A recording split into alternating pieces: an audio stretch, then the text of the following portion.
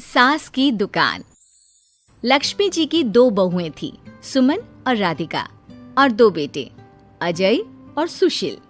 लेकिन लक्ष्मी जी के बहू बेटे उनको अपने साथ रखने को तैयार नहीं थे।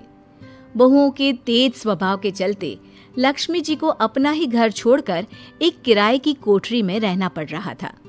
कुछ दिनों से उनके बेटों ने उन्हें पैसे देना भी बंद कर दिया था। ऐसी स्थिति में लक्ष्मी जी ने अपनी जमा पूंजी से एक छोटी सी दुकान खोली।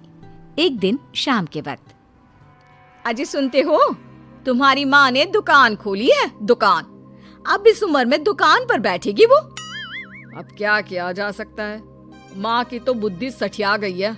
मोहल्ले में मजाक बनाएंगे सब हमारा। अरे जेठ जी, इसमें परेशानी क्या है अगर सासू माँ ने दुकान खोली है? हाँ, राधिका ठीक तो कह रही है। अपनी दुकान पर बैठी रहेगी, कम से कम हमें परेशान तो नहीं करेंगी। हाँ, वैसे बात तो ठीक है।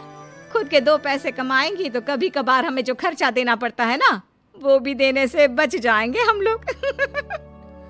फिर किस बात की परेशानी, खोलने दो माँ को दुकान, हमें क्या। वैसे भी अपनी कोठरी में चुपचाप रह रही है ना, चाहे दुकान खोले या मॉल बनाए, हमें उससे क्या लेना देना। अगले दिन सुमन अपनी सास की दुकान पर पहुंचती है। सासू माँ, आपकी दुकान में शक्कर है क्या? शक्कर जरा 1 किलो दे दीजिएगा। हाँ हाँ बहू, है ना, लो बेटा, 1 किलो क्यों, 2 किलो ले जाओ। सोच लो सासू माँ, घाटा हो जाएगा आपको, पैसे नहीं देने वाली मैं। देखो सुमन, ये मेरी दुकान है और यहाँ पर जो भी कोई सामान खरीदने आता है उसे पैसे तो देने ही पड़ते हैं। अरे सासू माँ, ऐसा क्यों कर रही आप?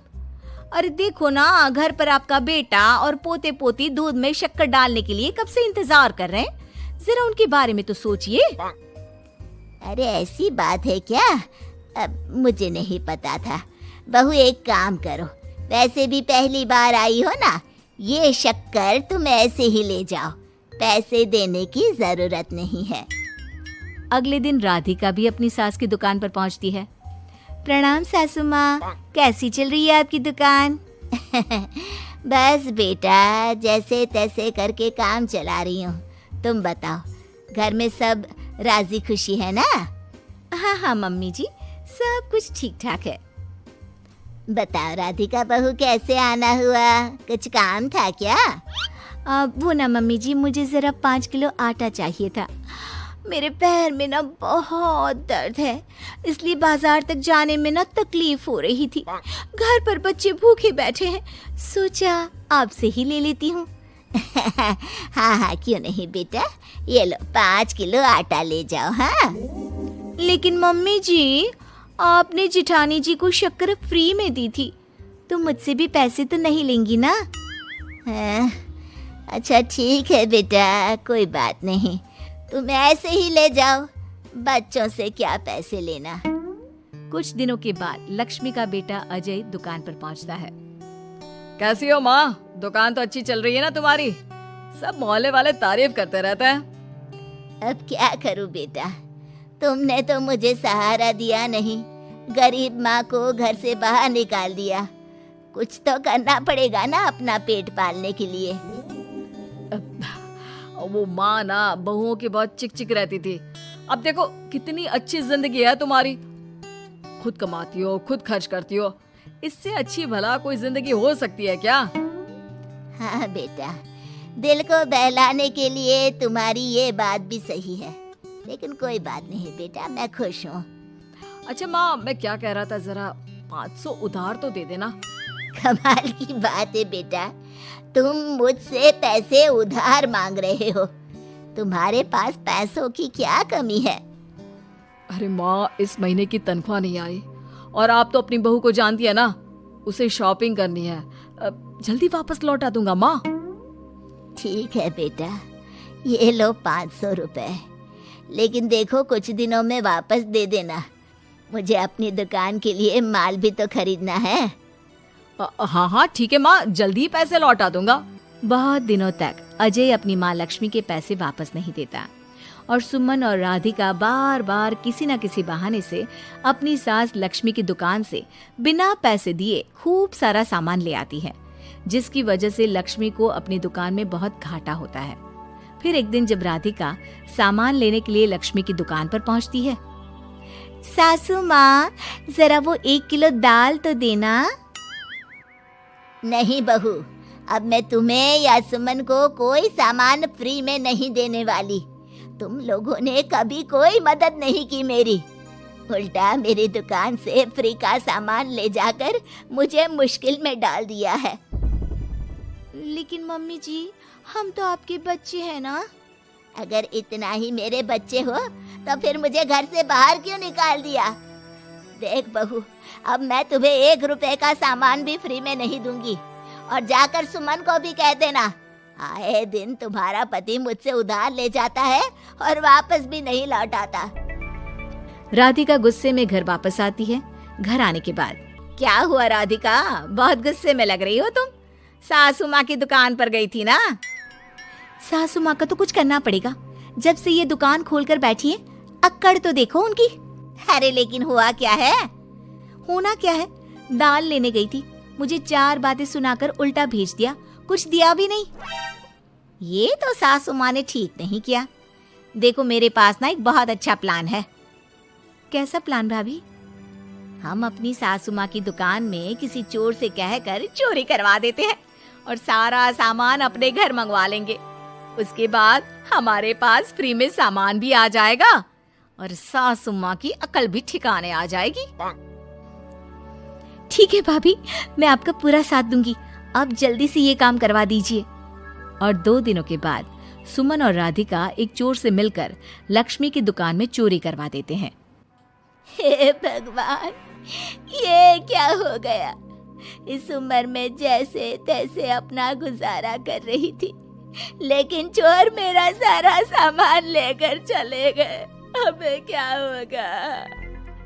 तभी वहां पर राधिका और सुमन पहुंच जाती है।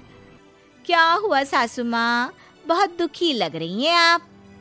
अरे क्या बताऊं, मेरी दुकान का सारा माल चोरी हो गया। अब अगर आप अपने ही बहू बेटे को सामान नहीं देंगी तो ऐसा तो होगा ना सासू माँ। अब राधिका की बात सुनकर लक्ष्मी को यकीन हो जाता है कि इस चोरी के पीछे कहीं न कहीं उसकी दोनों बहुओं का ही हाथ है। लक्ष्मी एक प्लान बनाती है। पैसे उधार लेकर अपनी दुकान में फिर से खूब सारा सामान ले आती है। अरे भाभी, देखा आपने, सासू माँ की दुकान तो फिर से सामान से भर गई है। हाँ वही तो, मैं तो सोच रही थी कि एक बार में उनकी अकल ठिकाने आ जाएगी, पर लगता है फिर से कुछ करना पड़ेगा। लेकिन अब हम क्या कर सकते हैं?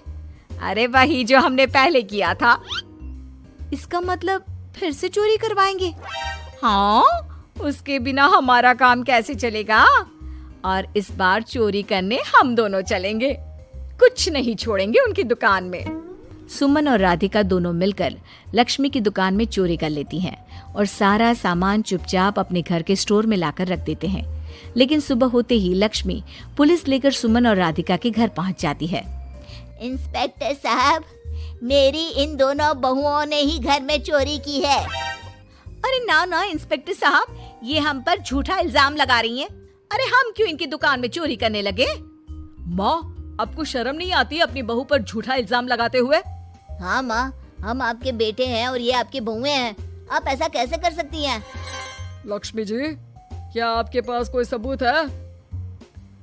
अरे इंस्पेक्टर साहब, आप इनकी बातों में मत आइए। ये हमारी माँ है और इनकी दिमागी हालत ठीक नहीं है, इसीलिए तो हमसे अलग रहती हैं। इंस्पेक्टर साहब, मेरी दिमागी हालत बिल्कुल ठीक है और मेरे पास इन दोनों के खिलाफ बहुत बड़ा सबूत है। बताइए, क्या सबूत है आपके पास? आप जरा मेरी दोनों बहुओं के हाथ पानी से धुलवा दो, फिर सब कुछ साफ साफ पता चल जाएगा। अरे हाथ पानी से धोने से क्या होगा माँ? आप दोनों मेरे सामने अपने हाथों पर पानी डालिए। जैसे ही राधिका और सुमन अपने हाथ पानी में डालती हैं, उनके हाथों का रंग लाल हो जाता है और ये देखकर सब लोग हैरान रह जाते हैं। अरे ये क्या, तुम्हारे हाथों का रंग अचानक से लाल कैसे हो गया? क्योंकि मैंने अपनी दुकान के सारे सामान पर एक तरह का केमिकल लगा कर रखा था। मुझे पता था जो भी चोरी करने आएगा वो सामान को अपने हाथों से उठाएगा और उसके हाथों पर रंग लग जाएगा। अरे माँ, आप तो बहुत चालाक निकली। इसे चालाक नहीं बेटा, बुद्धिमान कहते हैं। और जिसके तुम्हारे जैसे बहू बेटे हो उसे थोड़ा बहुत तो अपनी अकल से काम लेना ही पड़ता है ना। शर्म नहीं आती आप लोगों को अपनी ही माँ को परेशान करते हुए? हमें माफ कर दीजिए सासू माँ, हम आइंदा ऐसी गलती कभी नहीं करेंगे। और हाँ, आपको अपने साथ रखेंगे, आपकी सेवा करेंगे और पूरी इज्जत भी देंगे। हमें माफ कर दीजिए।